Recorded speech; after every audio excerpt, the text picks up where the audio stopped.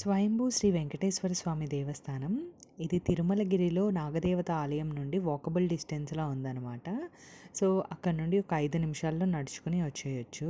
ఇక్కడేంటంటే స్వామివారు కొండపైన వెలిసారనమాట. ఈ క్షేత్రంలో ఒకసారే మనం శివుడిని, వెంకటేశ్వర స్వామిని కూడా దర్శించుకోవచ్చు.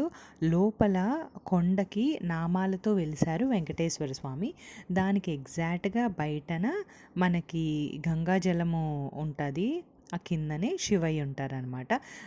వాళ్ళిద్దరిని దర్శనం చేసుకున్నాక ఇది కోనేరు అంటారు.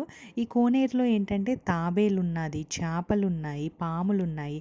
సో, ఇవి ప్రదక్షిణ చేస్తాయంట స్వామివారి చుట్టూ.